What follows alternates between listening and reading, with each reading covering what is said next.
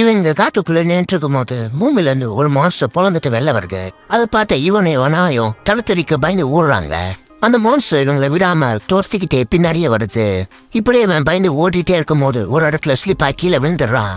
அப்படியே அவன் விழுந்து எழுந்திருக்கும் போது அவன் நாய் மட்டும் அவனை விட்டுட்டு ஒரு மறைவான இடத்துக்கு போய் ஒழிஞ்சிக்கிட்டு அப்படியே அந்த பயத்துல அவனும் அந்த நாய் பின்னாடி போய் ஒழிஞ்சிக்கிறான்.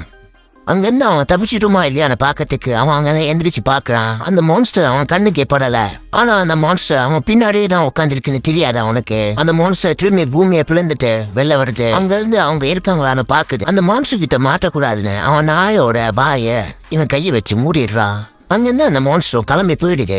அப்பயும் அந்த நாய் கம்முன்னு இருக்காம எதிரில இருக்கிற ஒரு துணியை பார்த்து பயந்து அது கிட்ட ஓடுது. அப்போ அந்த நாய் போட்ட சத்தத்துல அந்த மான்ஸ்டர் திருப்பியும் இவங்க கிட்ட வருது. அங்க ஏதாச்சும் ஒரு பொருள் கிடைக்குதானே பாக்குறா. அந்த டைம்ல அவனுக்கு ஒரு கிரனேட் கிடைக்குது. அந்த கிரனேட்டோட லாக் ஓபன் பண்ணி இவன் கீழே போட்டு தேடிட்டு இருக்கும் போது அந்த மான்ஸ்டர் இவனை நோக்கி ரொம்ப வேகமா வருது. எப்படியோ அதை தேடி அந்த கிரனேட்டை அந்த மான்ஸ்டரோட வாய்க்குள்ள போட்டுடுறான். அது வெடிச்சு சேர்த்துருது. இவனை தண்ணிக்குள்ள விழுந்தா உயிரை காப்பாத்திக்கிறான்.